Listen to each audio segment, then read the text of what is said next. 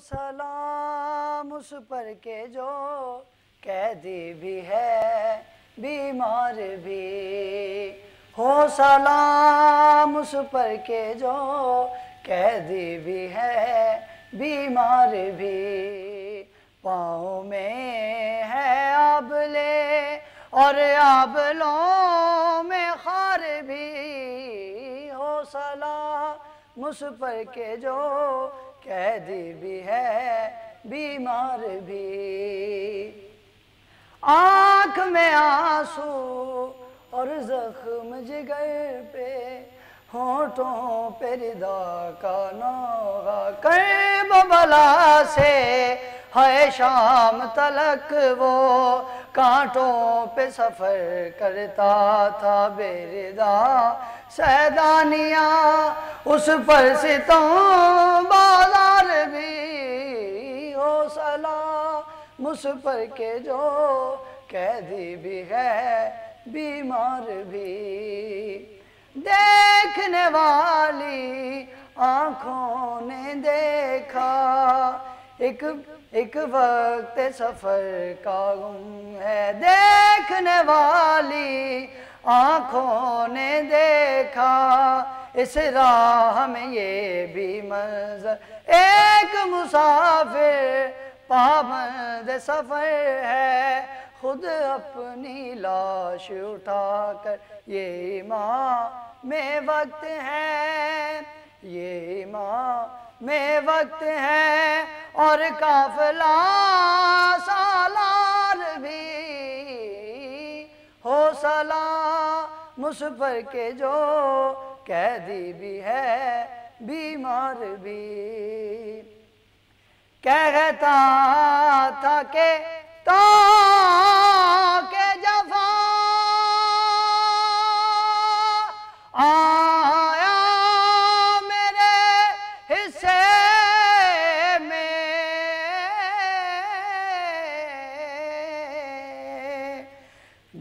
इस वरना इस फौज में खंजर भी है, तलवार भी है, खून रगों से, हाँ खून रगों का या गैरत हाशिम कहती है झुका ले सर को, खून रगों का और गैरत हाशिम कहती है झुका ले सर को। तो के सलासल क्या कैद करेंगे, है सब्र के इस पैकर को सर उठाए किस तरह है, सर उठाए किस तरह है राह में बाजार भी, हो सलाम या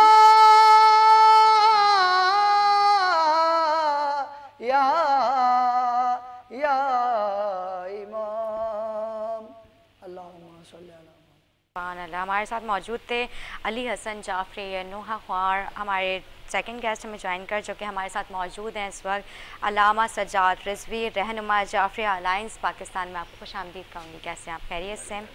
मैं सज्जाद साहब आपसे मैं उस ख़त का जो है मैं वाक़या पूछना चाहूँगी जो 4 तारीख को ख़त इमाम हुसैन ने हज़रत इब्ने मज़ाहिर को लिखा था, उस हवाले से आप तफसीलन में आगे। बहुत शुक्रिया। 4 मुहर्रम को जब इंसानी फितरत का तकाजा ये है कि जब इंसान किसी परेशानी में होता है और चारों तरफ से दुश्मन होते हैं, तो वो चाहता है कि अपने किसी ऐसे ताकतवर दोस्त को बुलाए जो उसका बाजू वो थामे और उसके साथ मददगार बने। इमाम जब फ़ौजें चारों तरफ से लश्कर आना शुरू हुए, सबसे पहले इब्न साद का लश्कर आया और आपने 4 मुहर्रम की बात की, तो जनाब ज़ैनब सलामुल्लाह अलैहा ने फरमाया कि भैया चारों तरफ से लश्कर ने घेर लिया है, आप भी तो किसी को बुलाएं।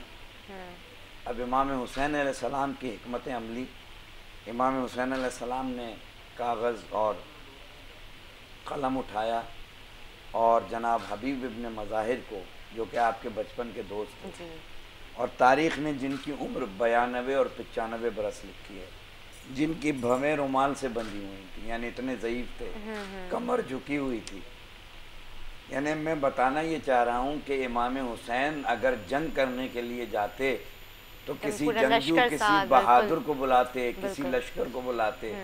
हुसैन एक ज़ईफ़ को क्यों बुला रहे हैं? बिल्कुल, यही तो हम जानना चाहते हैं। और लिख रहे हैं, पहला ख़त का जुमला ये लिख रहे हैं इमाम हुसैन अलैहिस्सलाम, यानी यूँ समझ लीजिए कि ये इमाम हुसैन नहीं लिख रहे हैं, बल्कि रसूल खुदा सल्लल्लाहु अलैहि वसल्लम लिख रहे हैं। क्या लिख रहे हैं? ए मर्द फ़क़ी हबीब इब्न मज़ाहिर, मेरे पुराने दोस्त, आज मैं चारों तरफ से फ़ौजों में घिर गया हूँ, अगर हो सके तो मेरे पास करबला आ जाओ। अब यहाँ हबीब इब्न मज़ाहिर को लिखने का मकसद ये था कि हुसैन क़यामत तक के इंसानों को ये बता रहे थे कि हुसैन करबला में एक आफाकी पैगाम देना चाहते हैं। हुसैन लड़ने नहीं गए, वरना हुसैन अकेले ही करबला को पलट देते। जब ये ख़त लेके हबीब के पास पहुंचता है आपका कासिद, तो हबीब जो है वो घर में बैठे हुए हैं और खाने में निवाला अटकता है, इतने में दक्कल बाब होता है। कहते हैं कौन? का हुसैन का कासिद। दौड़े चले जाते हैं, ख़त लेते हैं, पढ़ते हैं, चूमते हैं, कभी आँखों से लगाते हैं। बीवी पूछती है कि क्या ख्याल है हबीब इब्न मज़ाहिर? अब आजमाइश ले रहे हैं अपनी बीवी की। कहने लगे हालात बड़े पुराशोभ हैं, ज़माना बड़ा पुराशोभ है, सोच रहा हूँ कि जाऊँ न जाऊँ, क्या कहने हमारा सलाम आपकी ज़ौजा पर। बीवी चूड़ी उतार के जनाब हबीब इब्न मज़ाहिर को देती हैं, कहती हैं ये तुम रखो, मैं हुसैन की नुसरत करने जा रही हूँ। उसके बाद हबीब इब्न मज़ाहिर ने मरहबा कह के बाहर निकले, देखा कि ग़ुलाम जो था जनाब हबीब इब्न मज़ाहिर का, वो उनकी सवारी से कह रहा था कि सवारी, अगर मेरा आका नहीं आया हुसैन की नुसरत करने तो मैं बैठ के हुसैन की नुसरत के लिए जाऊंगा। तो ये ख़त आलम इंसानियत के लिए, आलम बशरियत के लिए एक इंसाइक्लोपीडिया है। ये मकसद करबला की वजाहत करता है कि इमाम हुसैन ने हबीब इब्न मज़ाहिर को करबला में बुला के ये पैगाम दे दिया कि ये दो शहजादों की जंग नहीं थी, ये कुफ्र और इस्लाम की जंग थी। ये उसके साथ जंग थी जो दीन में अमेंडमेंट करना चाहता था, जो दीन में तरमीम करना चाहता था। पूरी दुनिया खामोश थी, मगर जो अल्लाह का नुमाइंदा था उसने उठ के कहा ख़बरदार, ये दीन मेरे नाना का है, मेरी मिल्कियत है, तुम कौन होते हो? कश्ती इस्लाम जब तूफ़ान की जद में आ गई, मिल गया इस्लाम की कश्ती को साहिल करबला। तो करबला आलम इंसानियत का साहिल है, नजात है। करबला किसी मसलक का नाम नहीं, किसी मकतब का नाम नहीं, किसी फ़िरक़े का नाम नहीं, किसी कबीले का नाम नहीं। आज के ये जो अय्याम चल रहे हैं, ये पैगाम है हर इंसान के लिए जिसके दिल में दर्द है मज़लूमों का, वो हुसैनी है। और हुसैनियत का पैगाम सब के लिए आम है कि इंसान को बेदार तो हो लेने दो, हर कौम पुकारेगी हमारे हुसैन। और जिस तरीक़े से बेदारी पैदा हो रही है दुनिया में, आज के दुनिया के ख़ित्ते के हालात देखें ना, कोविड-19 के बाद दुनिया कितनी परेशान है। अब आलम इस्लाम को सिर्फ नहीं बल्कि पूरी दुनिया को जो है हुसैन याद आ रहा है। हुसैन आलम इन बशरियत की ज़रूरत है, हुसैन को किसी की ज़रूरत नहीं है, दुनिया को हुसैन की ज़रूरत है। बिल्कुल बिल्कुल ठीक कह रहे हैं आप। मैं चाहूँगी कि आप मकसद करबला, मैं भी पिछले जब उलमा हमारे साथ मौजूद थे उनसे भी मैं इस हवाले से बात करना चाह रही थी, लेकिन जो है वो उस तरह से मुझे तफसीलन बयान नहीं कर पाए। तो मैं चाहूँगी मकसद करबला आप बयान कीजिए, है क्या? जब यजीद ने बैत मांगी इमाम हुसैन अलैहिस्सलाम से, और इमाम हुसैन को वलीद ने मदीने में बुलाया 28 रजब से को और कहा कि यजीद ने ये पैगाम भेजा है कि तुम बैत करो, तो इमाम हुसैन ने इनकार किया और एक जुमला कहा जो कि तारीख़ तबरी में लिखा है। इमाम हुसैन सलाम ने फरमाया मुझ जैसा तुझ जैसे की बैत करेगा, यानी इमाम हुसैन ने पूरा पर्दा फाश कर दिया, यानी मुझ जैसा और तुझ जैसा। यानी इमाम हुसैन बताना चाहते थे कि मेरे औसाफ क्या हैं, तुम्हारे औसाफ क्या हैं। सही बात है। मैं नाना के कांधों पे सवार होता था, मुझे नाना ज़बान चुसाते थे, मैं नाना का नुमाइंदा हूँ, नाना मेरे बालों को सूंघते थे, नाना ने मेरे लिए कहा था हसन वल हुसैन सैयदा शबाब अल जन्नत, मेरे लिए कहा था हुसैन मिन्नी व अना मिनल हुसैन, मेरे लिए कहा था हुसैन मुस्बहुल हुदा, हुसैन नजात की कश्ती है। तेरी बैत मैं हुसैन करूँगा, अगर मैंने तेरी बैत कर ली तो यूँ समझ लो 1,24,000 अम्बिया ने बैत कर ली, इसलिए कि इस वक्त दीन का वारिस मैं हूँ। फिर इमाम हुसैन निकलते हैं। अब यहाँ इमाम हुसैन करबला का मकसद बयान कर रहे हैं। इमाम हुसैन फरमाते हैं ए नाना के दीन, आपने मकसद करबला पूछा है तो इन दो जुमलों में मकसद करबला आ जाता है।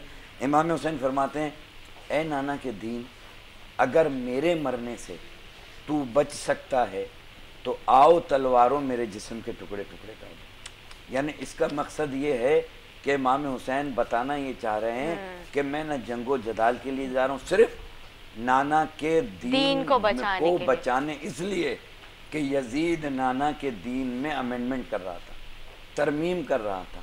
अब तरमीम जब वो कर रहा था तो जो दीन का वारिस होगा, जो दीन का मालिक होगा, वही तो खड़ा होकर मज़ाहमत करेगा। ज़ाहिर है। तो इमाम हुसैन इसी तरीके से, अब इमाम हुसैन क्या मकसद लेके चल रहे हैं। इमाम हुसैन के कारवां में 72 जो नफूस हैं उनमें आप देखें मस्तूरात भी हैं, उनमें 3 दिन का एक बच्चा शहजादा अली असगर भी है जिनका नाम अब्दुल्ला है, और एक कलील सा लश्कर है, खवातीन बच्चे मर्द ये सब फैमिली के साथ। हाँ, सब। अब इमाम हुसैन सलाम इस सहरा में जो जा रहे हैं तो मुझे ये बताइए कि कोई अक्लमंद इंसान ये सोचे कि क्या कोई खवातीन और बच्चों के साथ अगर घर से निकले तो क्या वो जंग करने जाएगा? बिल्कुल नहीं। अगर वो तो इस नियत से गए ही नहीं थे। फिर हज को उम्रे में तब्दील किया, हज को उम्रे में तब्दील किया, और जब हज को उम्रे में तब्दील करने लगे तो इमाम हुसैन ने वहाँ काबे में बड़ा एक खूबसूरत खुतबा दिया है। यानी आप ये समझ लीजिए कि हज कितनी अहम चीज़ है, मगर अल्लाह की रज़ा के लिए अल्लाह का नुमाइंदा हज को उम्रे में तब्दील कर रहा है और कह ये रहे हैं कि मुझे मालूम है कि हाजियों के लिबास में कुछ लोग अपने बगलों में खंजर लिए हैं, मैं नहीं चाहता कि काबे की हुर्मत पामाल हो। यजीद वो था जिसने काबे की हुर्मत को पामाल किया, काबे में घोड़े बांधे। यजीद वो था जो शराबी था, यजीद वो था जो फिस्क व फजूर करता था, यजीद वो था कि जब इमाम हुसैन अलैहिस्सलाम का सर यजीद के दरबार में आया तो छड़ी मार के कहता था आज मैंने अपने बड़ों का बदला हुसैन से ले लिया है। मुझे बताइए कि मकसद करबला क्या था? अब हज को उम्रे में तब्दील करके इमाम हुसैन 2 मुहर्रम को वारिद करबला हो रहे हैं, सवारियों पे सवारियां बदल रहे हैं, घोड़ा आगे नहीं बढ़ता। किसी बनी असद वालों से पूछा कि ये कौन सी जगह है, किसी ने कहा दश्त नैनवा है, किसी ने कुछ कहा, एक ज़ईफ़ ने बनी असद वाले ने कहा कि ये करबला है। हुसैन ने कहा इन्ना लिल्लाहि व इन्ना इलैहि राजिऊन। मैं बताना ये चाह रहा हूँ कि करबला कोई हादसा नहीं था। आपके नाज़रीन तक आपकी तवज्जो से ये बता रहा हूँ कि करबला हादसा नहीं था। ये अगर हादसा होता तो हादसा अचानक होता है, किसी को पता नहीं होता। प्लान के तहत किया गया था। कहीं रास्ते से कोई जा रहा है, एक्सीडेंट हो गया, आप कहेंगे ना हादसा था। जिसका एक्सीडेंट हुआ उसे नहीं मालूम था, नहीं मालूम था ना, इसलिए कि अचानक हो गया। करबला उसी वक्त तैयार हो गई थी जब इमाम हुसैन इस दुनिया में आए थे। जैसे ही नाना के पास के आगोश में आए थे, पहले सरकार मुस्कुराए और फिर गिरिया करना शुरू कर दिया। जनाब सैयदा ने पूछा कि बाबा पहले आप मुस्कुराए बाद में गिरिया। कहा पहले मुझे नवासे के आने की खुशी में जिब्राइल ने मुबारकबाद दी और उसके बाद बताया कि तुम्हारा ये बेटा करबला की ज़मीन पे 3 दिन का भूखा प्यासा शहीद किया जाएगा। मेरे रोंगटे खड़े हो रहे हैं, मैं पूरा वाक़या जब मैं सुन रही हूं। इसका मकसद ये है कि ये जो कुछ भी हुआ इमाम हुसैन, इमाम जो होता है वो अल्लाह का नुमाइंदा होता है। इमाम हुसैन वारिस कुरान थे, लिहाजा इमाम हुसैन को हर शय पता थी। बिल्कुल बिल्कुल। इसीलिए करबला का मकसद क्या था? अब आखिरी मेरी बात जी, मैं आपके पास आती हूँ अलामा साहब, लेकिन मैं चाहूँगी कि इससे पहले हमारे साथ सलमान नोहा, नन्हे नोहा ख्वां मौजूद है। मैं चाहूँगी कि आप अपने खूबसूरत आवाज़ में सलमान हमें नोहा सुनाए। मैं फिर शबीर साहब के पास वापस आऊँगी। जी। करबला दियां मावां, मावां करबला दियां मावां, पुत्रां दियां लाशां दे टुकड़े, रहियां लभदियां विच सहरावां, मावां करबला दियां मावां। आखे मां कासिम दी मां ते एहसान करी, देर तई लड़दा रवी, तेरे टुकड़े मुताबिक बदनियां दे, मेरे वीर हुसैन दी सावां, मावां करबला दियां मावां। जदों कैदी हो के लंघिया मकतल चों, वैन ज़ैनब कीता लाशावल मावां ना वेखन, कदी रुक ना जावन सावां, मावां करबला दियां मावां। सुभान अल्लाह, सुभान अल्लाह। जी, शबीर साहब, अल्लामा शबीर साहब हमारे साथ मौजूद है। मैं चाहूँगी कि जो हम वाक़या बयान कर रहे थे, आप उसी को ही मैं चाहूँगी कि दोबारा कंटिन्यू करें, ताकि हम अपने जो ये वाक़या करबला है, बेसिकली वाक़या करबला है क्या, हुआ क्या, किस तरह से ये प्लान के तहत जो है उन नन्ही जानों को, उन माओ, उन बहनों के सरों से दुपट्टे खींचे गए, उन किस तरह से उनकी जो है, मैं मेरे पास अल्फाज नहीं है, मैं वो दर्द, मैं वो सब चीज़ जब मैं महसूस करती हूँ ना, मैं खुद बुरी तरह से दुखी हो जाती हूँ। तो मैं चाहूँगी कि अलामा साहब आप यकीनन 61 हिजरी का ये वाक़या करबला जो है, आपने देखा होगा कि दुनिया में जितने भी मजालिम हुए, आहिस्ता आहिस्ता उनका गम ठंडा हो गया। मगर कभी आप गौर करें कि 1400 साल से इमाम हुसैन का गम जो है मुस्तकिल बढ़ता जा रहा है। ये क्या है? हल जज़ाउल एहसान इलल एहसान, कुरान ने कहा कि एहसान का बदला एहसान है। हुसैन ने अपना सब कुछ अल्लाह की राह में दे दिया। अब अल्लाह की जिम्मेदारी है कि क़यामत तक हुसैन के ज़िक्र को बाकी रखे। हुसैन ने आखिरी सजदे तक अल्लाह के ज़िक्र को, अल्लाह के दीन को बाकी रखा। अगर इमाम हुसैन यजीद के रास्ते में ना आते और ये करबला का वाक़या न होता, तो आज दीन मोहम्मदी हम तक नहीं पहुँचता। ये फ़र्ज़ंदे रसूल का एहसान है और तरबियत है इमाम हुसैन अलैहिस्सलाम की, जो सरकार रिसालत महब सल्लल्लाहु अलैहि वसल्लम ने की थी। दुनिया पहले ये समझे कि ये हुसैन थे कौन। आज तक मुसलमानों का मसला ये हुआ कि हमारे यहाँ से, महराब से, मिंबर से इमाम हुसैन की शख्सियत के बारे में इंट्रोडक्शन नहीं कराया गया कि दुनिया समझे कि उनका हर अमल नबी का अमल है।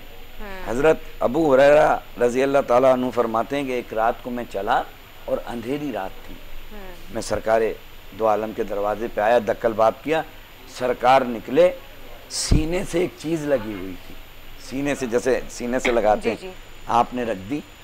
और जब चादर हटाया तो मैंने देखा एक फूल जैसा शहजादा था, और सरकार ने अपनी ज़बान अथर, ये वो ज़बान अथर है कि जो इतनी पाक व पाकीज़ा है जिसकी कसम कुरान ने खाई है, वो ज़बान अथर हुसैन के मुंह में दे दी। यानी मैं कहना ये चाह रहा हूँ कि नबूवत की पूरी सीडी इमामत में मुंतकिल कर दी। और उसके बाद फरमाया, ए अबू हुरैरा, इसे पहचानो, ये मेरा बेटा हुसैन है। जिसने इससे मोहब्बत की उसने मुझसे मोहब्बत की, जिसने इसको अजियत दी इसने मुझे अजियत दी। अब इस मासूम सरकार दो आलम के हदीस की रोशनी में जिसने इसको अजियत दी उसने मुझे अजियत दी।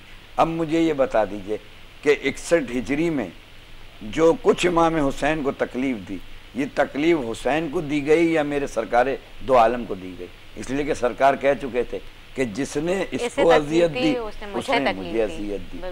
तो ये करबला की जो आफाकी पैगाम है, करबला एक इंस्टीट्यूशन है आलम इंसानियत का। आप देखें ना, एक तरफ 72 नफूस हैं, एक तरफ लाखों का लश्कर है, एक तरफ पानी है, एक तरफ प्यास है, ठीक है, एक तरफ ग़िज़ा है, एक तरफ भूख है, ठीक है। मगर क्या हुआ? हुआ क्या कि जो प्यासे थे वो जीत गए, जो भूखे थे वो जीत गए। अब ये मत देखें कि कौन मरा, किसने मारा, किसने तलवार चलाई, किसने खाई, किसने नेज़ा चलाया, किसने नेज़ा खाया, किसकी चादर छिनी, किसने छीनी, कौन असीर हुआ, किसने असीर किया। दुनिया ये देखे कि अगर मस्जिदों से ला इलाहा इल्लल्लाह की आवाज़ आ रही है, मोहम्मद रसूलुल्लाह की आवाज़ आ रही है, तो तस्लीम करना पड़ेगा कि अबू तालिब का बेटा जीत गया और यजीद क़यामत तक हार गया। इमाम हुसैन ने दरअसल करबला के मैदान में आशूर के दिन सर कटा के जीत और हार का नज़रिया बदल दिया। जीत उसे कहते हैं ना जी। दुनिया में जीत तो उसे कहते हैं कि जो तलवार चला के किसी पे गालिब आ जाए। हुसैन ने कहा नहीं, मैं ऐसी जंग जीत के दिखाऊंगा। जीत नजरियात की होती है, जीत फिक्र की होती है। आज मुझे बताइए किसकी फिक्र जिंदा है? आज किसकी फिक्र जिंदा है? हुसैन की जिक्र जिंदा है, हुसैन की फिक्र भी जिंदा है। आज दुनिया सिर्फ कोई मसलक नहीं, आलम इंसानियत हुसैन का जिक्र करती है। मेरी मजलिस में कल सिख आए हुए थे, मेरी मजलिस में हिंदू आते हैं, मेरी मजलिस में दीगर अध्ययन के लोग आके बैठते हैं, सुनते हैं। उनसे पूछो क्यों? वो कहते हैं हुसैन सिर्फ आप मुसलमानों का तो नहीं है, हुसैन तो कायनात का है। हुसैन ने दुनिया को एक आफाकी निज़ाम दिया है, एक सोशल सेटअप दिया है। और करबला दरअसल है क्या? करबला आलम बशरियत की एक यूनिवर्सिटी है जहाँ एहतराम, आप 4 मुहर्रम की बात कर रही हैं, शब आशूर इमाम हुसैन ने सारे दोस्तों से कहा कि मैं नाना से जन्नत दिलवा दूंगा, तुम चले जाओ, ये मेरे खून के प्यासे हैं, तुम चले जाओ, ये मेरे खून के प्यासे हैं। कोई नहीं जा रहा। कहा अच्छा ये बात है, मैं चिराग गुल किए देता हूँ, रोशनी में नहीं जाते, अंधेरे में चले जाओ। जब थोड़ी देर के बाद चिराग रोशन किया तो सारे सहाबा ने कदमों में तलवारें डाल दी। कहा फर्जंदे रसूल, अगर 70 दफा भी जिंदगी मिले तो आप पे कुर्बान कर देंगे। यानी हुसैन के सहाबा का ये मनसब था कि हर सहाबी चाहता था कि पहले शहादत हासिल करे। इसका मकसद ये था कि हर सहाबी अपना जन्नत में देख चुका था कि हम किस रास्ते पे हैं, क्योंकि कुरान तो वहां भी पढ़ा जा रहा था, कुरान यहाँ भी पढ़ा जा रहा था, नमाज वहां भी हो रही थी, यहाँ भी हो रही थी। मगर क्या था? वो नमाज बेरूह थी, यहाँ रूह थी। यहाँ वारिस कुरान कुरान पढ़ रहा था, जिसके घर में कुरान उतरा था वो सिर्फ कारियाने कुरान थे। तो खुदा ने बता दिया कि इबादत वो जो हुसैन की। फिर हुसैन को अल्लाह ने इनाम क्या दिया कि जब हुसैन ने आखिरी सजदे में कहा, अजीब जुमला है यहाँ मुझे याद आ रहा है, सरकार नक्कन साहब अल्लाह मकामहू का वो फरमाते थे कि अल्लाह ने मेरे प्यारे नबी से इश्क किया तो उन्हें मिराज पे बुलवाया। सरकार मिराज पे गए और सिदरतुल मुंतहा तक पहुंचे और हुसैन से इश्क किया अल्लाह ने, ठीक है ना। नबी से इश्क किया था अल्लाह ने इश्क किया था नबी से, हुसैन ने इश्क किया अल्लाह से। कहा अल्लाह मैं सब कुछ तुम्हारे लिए लुटा दूंगा। अल्लाह ने इश्क किया तो नबी को बुलवाया, हुसैन ने अल्लाह से इश्क किया तो अल्लाह आया और आके कहा ए नफ्से मुतमइन्ना, मैं तुझसे राजी हुआ। असरे आशूर कहा ए हुसैन, अल्लाह ने कहा मैं तुझसे राजी हो गया, अब बता तेरी मर्जी क्या है। जब अल्लामा इकबाल की नज़र पड़ी तो अल्लामा इकबाल कहने लगे खुदी को कर बुलंद इतना कि हर तकदीर से पहले खुदा बंदे से खुद पूछे बता तेरी रजा क्या है। कायनात में वाहिद हुसैन है जिससे खुदा कह रहा है मैं राजी भी हो गया हूँ, अब भी अपनी मर्जी बताओ ए नफ्स मुतमईन। तो ये है हुसैन की मंजिल, ये है करबला वालों की मंजिल, ये है करबला, करबला का आफाकी पैगाम कि जालिम जाबिर कोई भी हो उसके आगे डट जाओ, सर कटा दो। सर झुकाने का नाम करबला नहीं है, सर कटाने का नाम है। आज पूरी आलम इंसानियत, कश्मीर, फलस्तीन, जहाँ जहाँ मुसलमान आलम मसाइब का शिकार है, ज़रूरत है कि करबला से हरारत हासिल करें। बिल्कुल बिल्कुल ठीक कह रहे हैं आप। मैं शब्बीर साहब, मैं आपका बहुत शुक्रिया अदा करूँगी। आपने बहुत खूबसूरत तरीके से आपने पूरा वाक़या करबला बयान किया कि मेरे रोंगटे खड़े हो गए, मेरा दिल रोने लगा। मैं खुद जो है, हमारे जितने यहाँ पे मतलब टीम मेंबर्स हैं, सबकी आंखों में मुझे आंसू नज़र आ रहे हैं। और वाकई ये जो वाक़या है, आप ये देखें कि इसमें जोश और जुनून बढ़ता हुआ नज़र आता रहता है। कि आपने अभी जिस तरह से जिक्र किया था कि यजीद का आपने अभी जिक्र किया कि उसका क्यों नहीं कोई जिक्र करता, तो बात यही है कि वाकई उन्होंने अपने दीन के लिए अपनी जानों की नजराने दे दी हैं। उन्होंने जो है शहीद का रुतबा हासिल किया। हमारे साथ मौजूद हैं नोहा ख्वां, तो मैं चाहूँगी कि आपके नोहे से ही हम अख्तिताम करें। शब्बीर साहब, आपका बहुत बहुत शुक्रिया, आपने अपना कीमती वक्त दिया। जी, हुसैन बादशाह की शान में कहें। वो आसान थे या कठिन वक्त थे, जो किबला ने बात की है उस मौजू पे ही है ये बात सारी। जो वो आसान थे या कठिन वक्त थे, अजब हौसले से बसर कर गया। वो आसान थे या कठिन वक्त थे, अजब हौसले से बसर कर गया। वो बेघर हुआ तो भी ऐसा हुआ। किबला की मजलिस में सब आते हैं, चाहे वो वहाबी हो, सुन्नी, शिया, मुस्लिम के लोग, वो भी आते हैं, हिंदू, सिख, ईसाई। मैंने खुद देखे कल जाके। तो ये मैं मिसरा पेश कर रहा हूँ।